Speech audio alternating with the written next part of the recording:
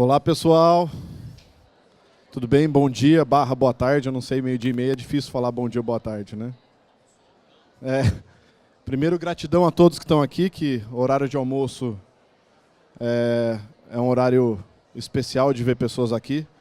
Pessoas que escolheram a fome do conhecimento e não a fome da barriga, né?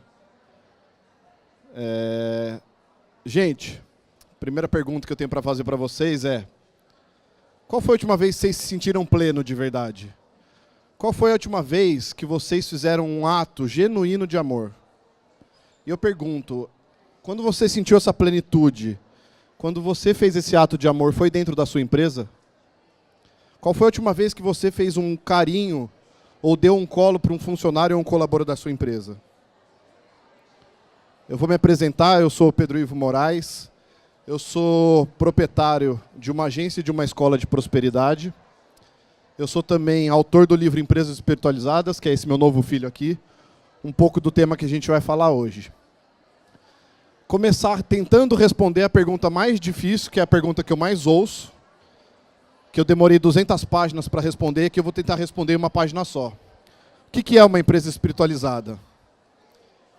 Resumidamente, muito resumidamente, tá, gente?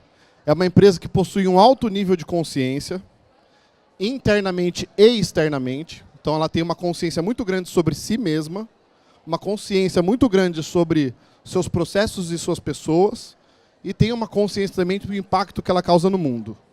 Consequentemente, essa é uma empresa que possui um objetivo e um sentido de existência muito maior do que ela mesma.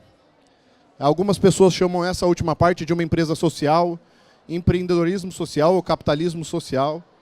É isso mesmo, só que é mais do que isso, porque de nada adianta a gente ter um negócio social ou fazer o bem ao outro se o impacto que a gente está causando para a gente mesmo é negativo. Então por isso que eu falo, a consciência precisa ser interna e externamente.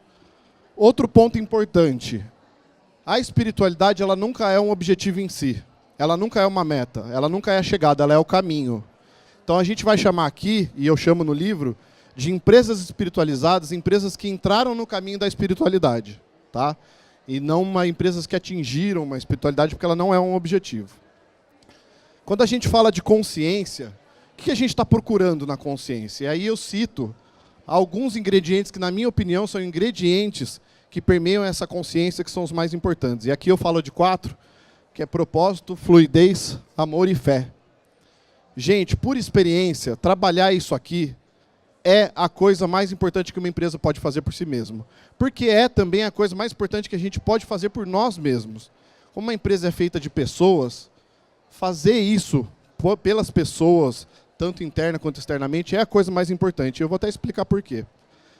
É também, comprovadamente, aquilo que traz mais resultados, inclusive financeiros, para uma empresa. Mesmo estando há anos trabalhando já com esses temas especificamente, eu sempre, quando sou chamado para falar em alguma empresa, geralmente eu sou chamado para falar de qualidade de vida, diminuição do estresse, e eu acabo trabalhando isso daqui como consequência. Mas ser chamado para lidar com um desses ingredientes especificamente só aconteceu uma vez na minha vida. Eu tive a oportunidade imensa esse ano de ser convidado para falar no Santo Grão, para liderar um treinamento com o tema Florescer o Amor. Então eu fui contratado para florescer o amor dentro da equipe do Santo Grão. Além de ter sido uma experiência maravilhosa, o Santo Grão é um grande exemplo para mim de uma empresa espiritualizada. Eles conseguiram, no ano passado, comprovar o resultado do amor num resultado financeiro. Como é que eles fizeram isso? Eles entregaram em todas as redes, a Santo Grão é uma rede de cafeteria nacional, tá, para quem não sabe. Eles entregaram em todas as redes deles um papel com um feedback de informação de todos os clientes. Esse feedback continha qual que era a qualidade da comida, como é que ele tinha sido atendido e continha também como é que ele via o amor dos funcionários da empresa. Coincidentemente ou não, os resultados das principais redes de cafeteria que tinham maior resultado financeiro eram também as empresas que tinham a maior nota no quesito amor. Então, esse é somente um dos exemplos de como é que o resultado do amor no resultado financeiro. Como é que a gente trabalha isso, gente, no nosso dia a dia? Eu uso especificamente uma ferramenta chamada níveis neurológicos. Alguém aqui conhece níveis neurológicos? Alguns amigos conhecem, né? Gente, níveis neurológicos foi inventado por Gregory Bateson, um psicólogo, e ela foi adaptada para a PNL por Robert Dilts. Ela diz que, na nossa vida, em todas as nossas ações, a gente está agindo em menor ou maior grau em 6 níveis neurológicos diferentes. Ambiente, comportamento, capacidade, crenças e valores, identidade e espiritualidade. Algumas pressuposições. Essas pressuposições, na verdade, todo diagrama de pirâmide possui essas 3 pressuposições básicas. Pressuposição número 1. Todo nível possui uma relação direta com o nível vizinho. Então, as nossas capacidades, por exemplo, vão falar muito sobre quais serão os nossos comportamentos. Pressuposição número 2. A base da pirâmide, até imageticamente, é a maior parte da nossa vida. É a parte mais prática da nossa vida, é a parte mais visível da nossa vida. Por isso que ela compreende também na pirâmide a maior parte da imagem. Pressuposição número 3. O topo da pirâmide, enquanto ele diz muito sobre a menor parte da nossa vida, ou seja, a parte mais invisível, é também o lugar onde, se a gente fizer uma alteração, ele muda a nossa vida por completo. Então, se a gente fizer transformações nos topos da pirâmide, quanto mais para cima, maior é o efeito sobre toda a pirâmide, como se fosse uma água lavando toda a pirâmide. Então, um trabalho que é feito no nível de identidade, ele é muito mais potente para fazer transformações do que um trabalho no nível de comportamento e capacidades. O que a gente está acostumado a ver, gente, eu queria muito colocar esse ponto aqui, especificamente, a área de RH ainda, apesar de cada vez menos, está muito acostumado a lidar com isso aqui. Está muito acostumado a treinar a base da pirâmide, nível de comportamento e capacidade principalmente. O que a gente vê muito acontecendo, e eu ouço muito essa reclamação. A partir do momento que a gente faz trabalho no nível de comportamento e capacidade, provavelmente, se a pirâmide estiver desalinhada e o nível de identidade não estiver tão alinhado quanto o nível de comportamento, o treinamento que a gente comprou vai ser gasto à toa. Porque nível de comportamento por comportamento não muda atitude, gente. O que muda atitude é a identidade.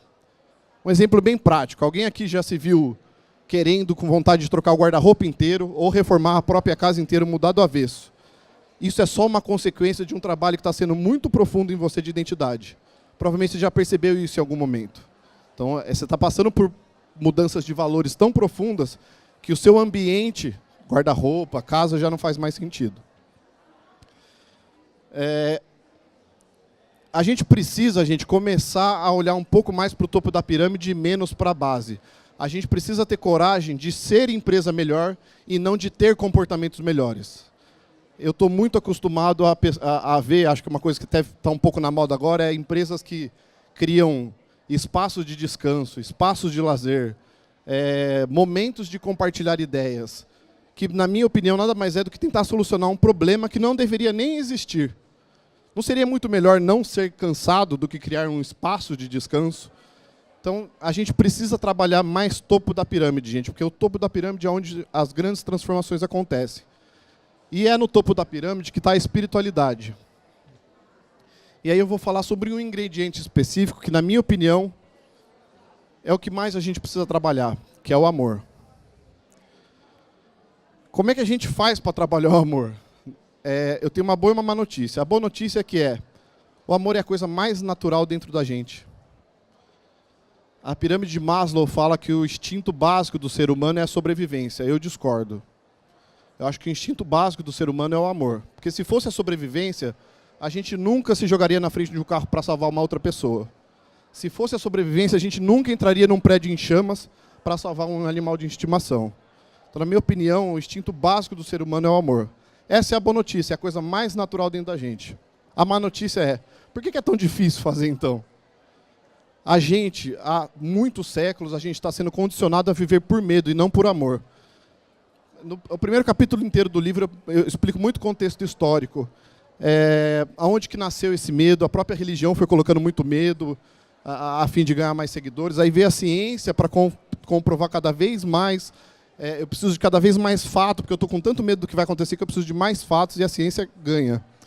E aí ela vai ganhando espaço e a religião vai perdendo.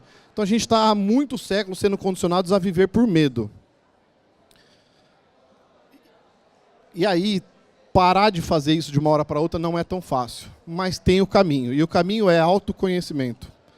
Quando eu falo autoconhecimento, gente, muitas pessoas não conseguem entender que autoconhecimento funciona para a empresa. Uma empresa precisa passar por um trabalho de autoconhecimento, assim como as pessoas. Uma empresa possui muita sombra, possui muito mecanismo de defesa. Entenda que assim, em uma pessoa é um mecanismo de defesa que está acontecendo, em uma empresa são milhares. Então o autoconhecimento é muito importante. Como é que a gente faz florescer então o tal do amor? A gente faz florescer driblando esses mecanismos de defesa, conhecendo nossas sombras, conhecendo nossos obstáculos, conhecendo o nosso medo.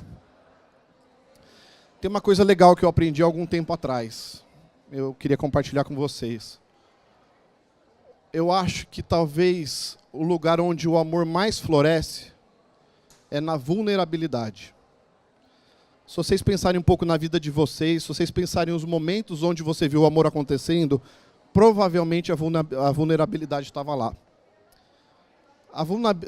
O mostrar a fraqueza, gente, faz o amor florescer naturalmente. Se a gente pensar em compaixão, por exemplo, qual foi a última vez que você sentiu compaixão por alguém? Provavelmente esse alguém estava mostrando algum tipo de fraqueza ou passando por um momento de dificuldade e o amor fluiu naturalmente entre você. Você se colocou numa posição no qual você queria ajudar essa pessoa. Por que eu estou dizendo isso?